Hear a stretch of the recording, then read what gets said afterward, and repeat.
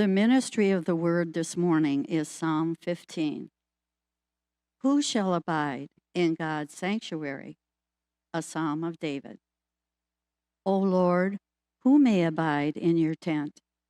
Who may dwell on your holy hill? Those who walk blamelessly and do what is right and speak the truth from their heart, who do not slander with their tongue and do no evil to their friends, nor heap shame upon their neighbors, in whose eyes the wicked are despised, but who honor those who fear the Lord, who stand by their oath even to their hurt, who do not lend money at interest and do not take a bribe against the innocent. Those who do all these things shall be never moved.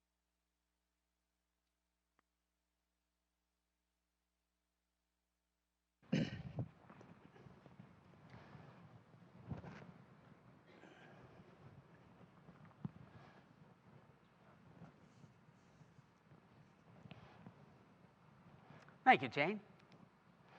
All right, here we go. I don't know if any of you came in before when there was the opening sort of welcome slide that's up when you come in. It had the date and the place, and then it had ask the minister, and then right next to it, a picture of Jesus standing like this with his back, arms spread in the clouds. And I thought, well, there's a high bar that's been set. Don't get your hopes up, folks. All right, so you know how this goes. I will alternate between questions that have already been sent in and ones that maybe you brought with you. If we don't have an equal number of both, we'll just we'll go with what we've got. So we'll start with one on the pile, and I have shuffled these up. I have no idea what's coming. What is meant by the text in Genesis where Noah was seen naked by his sons? All right. Here we go. Yeah, it's going to be one of those, huh? So there's a story in Genesis after Noah and the family land the ark, after the flooding is over, and they get out, and then we're told that Noah plants a vineyard. And it must have been a very fast-growing vineyard, because right after we're told he's already drinking the wine, he gets drunk. He passes out, excuse me, and presumably he is naked. He has 3 sons, Ham, Japheth, and Shem. Okay. So Ham is the youngest. Ham goes in, I guess, Noah's in a cave or something, sleeping, and Ham sees him in that state and does nothing, leaves. The 2 other brothers, learn about this, and they go and they cover their father up. And after that, Noah curses Ham and essentially Ham's descendants. Okay, what's that all about? Okay. Well, again, as you can imagine, these stories are interpreted and reinterpreted countless times.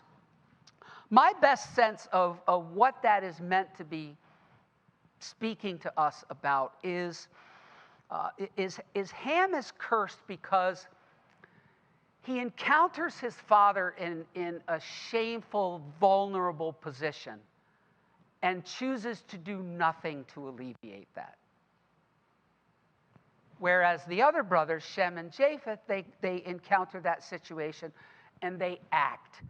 They act to take away their father's shame, because the symbolism of nakedness in the Bible is often associated with the idea of shame.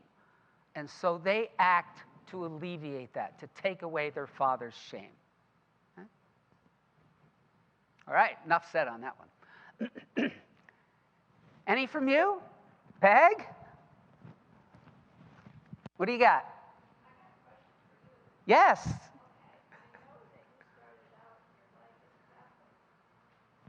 Yes, I started out life as a Catholic.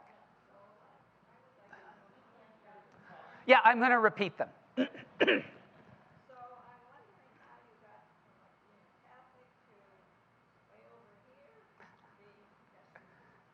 Okay, all right. Well, thank you. So am I. The question was to confirm that I started out as a Catholic, which is correct, and wanting to know how I got from there to here. Okay. Yes, I am one of 9 from a traditional Northern New York Catholic farm family. So my parents were devout Catholics until the day they died. My oldest brother was actually a Catholic priest. He's deceased, but he was a Catholic priest. And so I grew up in the church. I am not one of those former Catholics who has a real axe to grind with the Catholic Church. I got a real solid, faith foundation in that environment. A lot of it had to do with my parents and the fact that they lived it more than they, talked about it. I went to, and really it sort of started going to college and meeting people who were not Catholic, because everyone where I grew up was Catholic. So going to college, meeting people who had different faith experiences, meeting a kid who was Jewish for the first time in my life, and sort of being exposed to those kinds of things.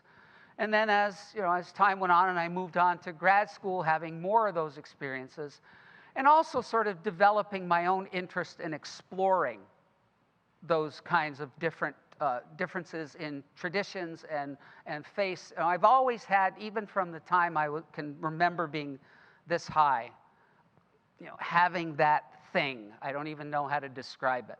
That always drawn toward the spiritual. So I was always curious about it. So as time went on, college experiences, I would explore more and more and more, and then I married a Methodist. So, which was an important step, because then we had to figure out, okay, how are we going to do this? So we explored many, many different options. Oh, yes, that Methodist. Yes, Cindy, that Methodist.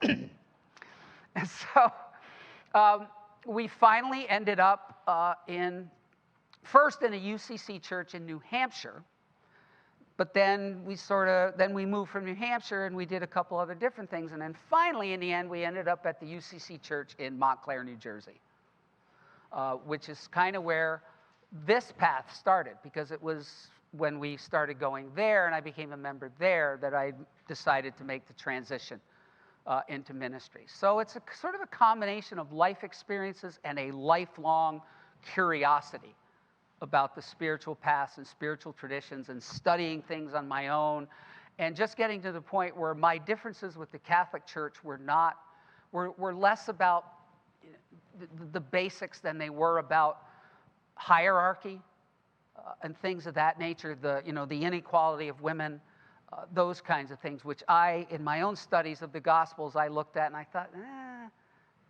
that's not linking for me.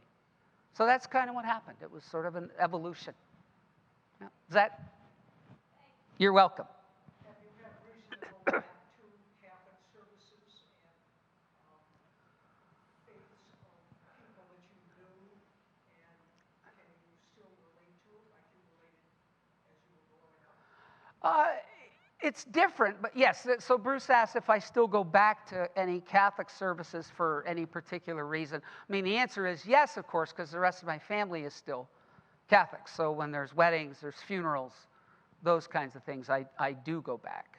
And no, I mean, it's not my church anymore, but it's still Christianity, and there is still things to be gained from it. And I'm very grateful for, in the instance of several family members' funerals, with one exception, the priests in charge of those have been very, very open to having me participate. So, yeah, so it's a good thing.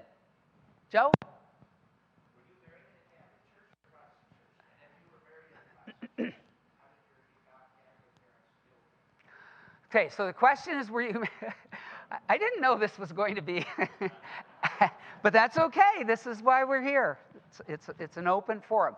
So the question was I married in a Catholic church or a Protestant church? And the answer is yes. That's the truth. It was, it was in my wife's church, a very small Methodist church in East Rutherford, New Jersey, but it was co-presided by her minister and my brother. And again, they worked it out. They did a great job working it out. What was the second part of the question?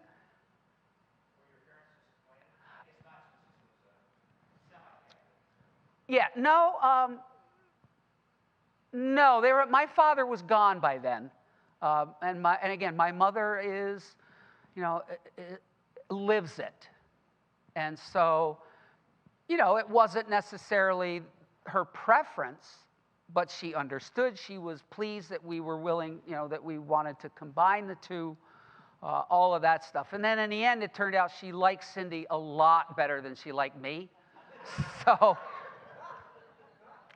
So, you know, it worked out. And it was kind of that way till the day she died. So, I'm going to take a card before, before we get to another question. Like, how are we to view the Ten Commandments today? As essential or relics of an ancient time? Well, and I guess my answer would, as I'm sure won't surprise you, was sort of nuanced in that it's a bit of both in a way. You know, we do have to understand that the Ten Commandments were written in a certain time, in a certain place, in a certain context. Gloria and I were having that conversation earlier today. So we have to understand that particular context. But at the same time, it doesn't mean that they don't have something to say to us now. So here's what I mean by that.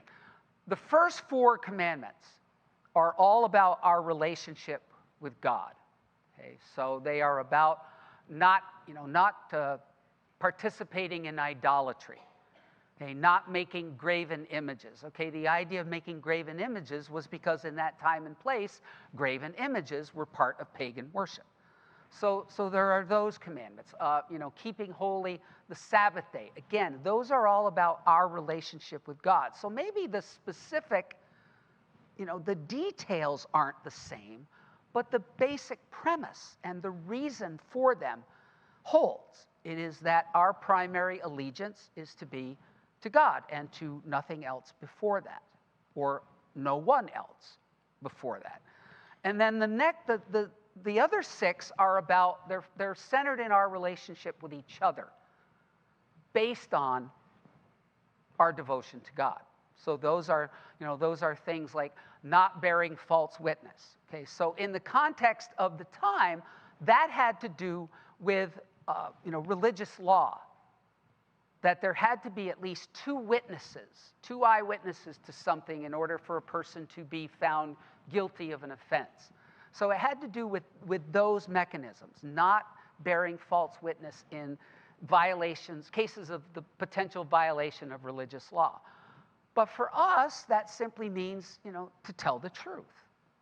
Okay, we understand that as meaning to tell the truth. And I had another, what's the other example? Oh, the whole thing about, you know, honoring your father and your mother. That commandment had to do with providing economic and social support for one's parents in their old age. Again, I don't think that's a bad idea now.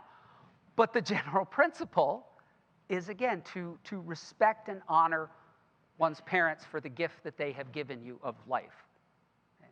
So things of that nature. So that's why I say, yes, we must understand where they come from in their specific time and place, why they're there. But again, I think they are still extremely helpful to us when we understand the wider perspective, the general principle underlying them. Okay? I don't know. Whenever you ask a question, it's one that takes about 8 hours to answer. Okay, thank you. Is the Bible divinely inspired? Particularly, I'm thinking of the Old Testament, Okay. where God is angry and vengeful often,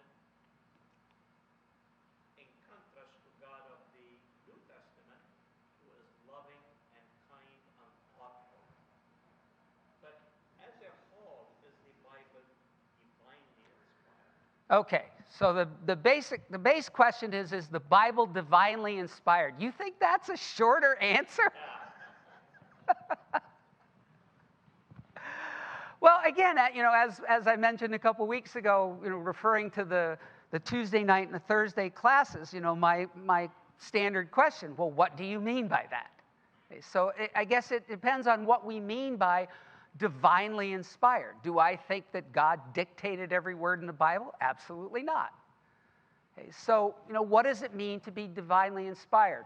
My understanding of that is that these people, our spiritual ancestors, in their time, in their place, in the context of their lives, were doing their best to try to understand and interpret and communicate who and what God is and how God calls us to live.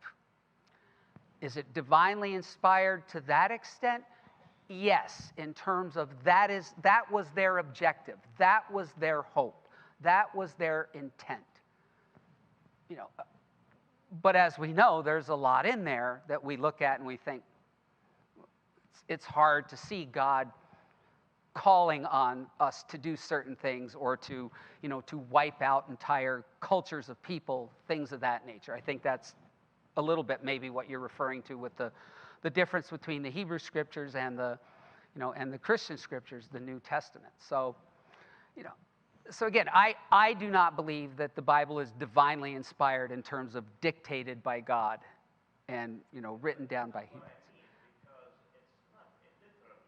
It's an inerrancy, which is Mm-hmm. historically and still is fundamentalist church doctrine. Yeah. I'm not talking about that. I'm talking, is there a godly, a spiritual, a divine message that was sent to the translators, to the disciples, to the Yes.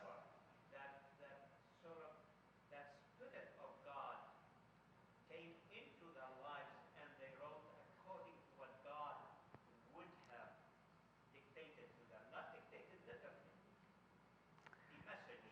Okay, I'm not sure those are the same thing, but what I will say is I do believe, yes, there was inspiration involved in the writing of the Bible, but the Bible is written by flawed human beings who maybe do not necessarily understand correctly, or again, as people of their place and time, use that inspiration in a way that perhaps it should not have been. I agree with Yeah. you. So the Bible really is not divinely inspired. All right. Well, we're gonna cut this question because again, I think it is divinely inspired in that sense, but it doesn't mean we get things right all the time. We don't get the message right all the time. We're still working. It's the old John Robinson, God's truth, and light still have more to say to us. I think it's constantly evolving. I don't see the Bible as a fixed document in terms of, okay, it's there, that's it, that's the end of the story. That's not how our Jewish brothers and sisters understand Scripture. They are constantly interpreting and reinterpreting in light of their time and circumstance. Like I said, that's another, that's a semester's worth, really. Okay. What does the part of the Lord's Prayer that says, "Lead us not into temptation," mean? Why would God purposely lead us in such a direction?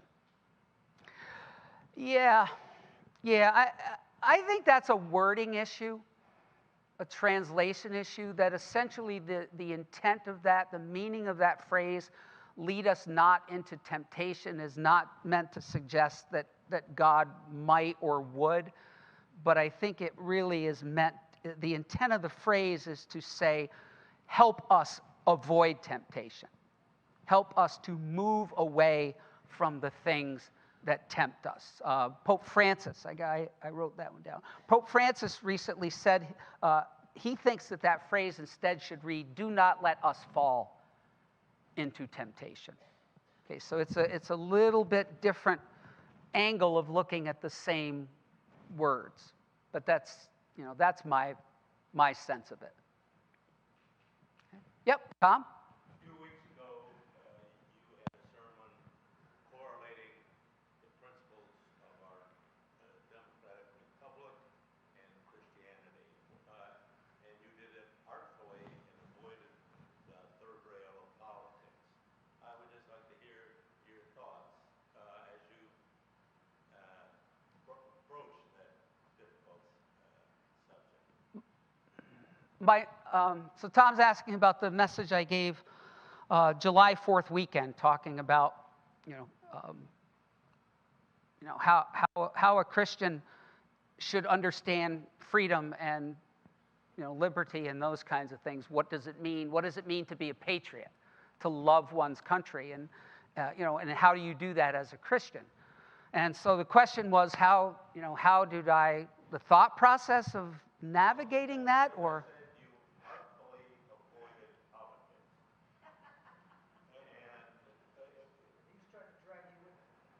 not going to happen? No, I don't want to. No, I know you don't. It's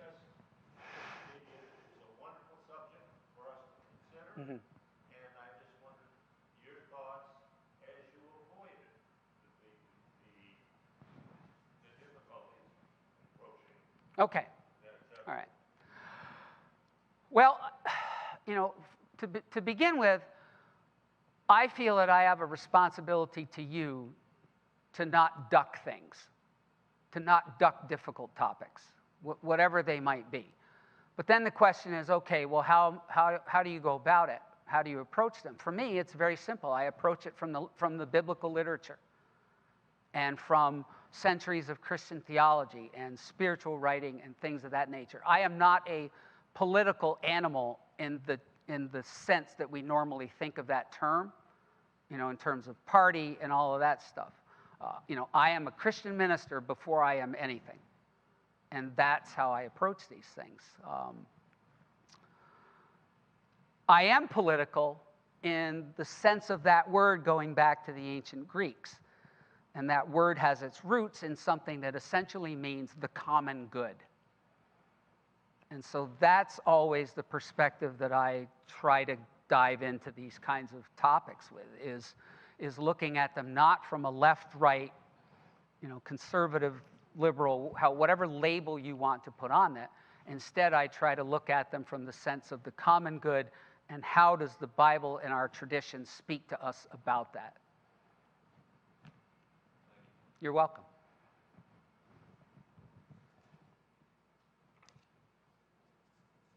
What time is it?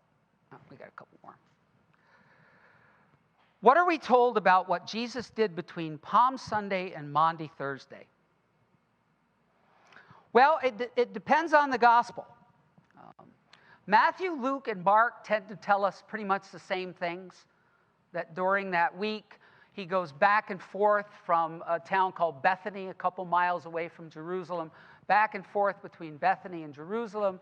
He teaches. We have that story where he curses the fig tree. We have the cleansing of the temple. We have him being in conflicting discussions with the Pharisees and the Sadducees.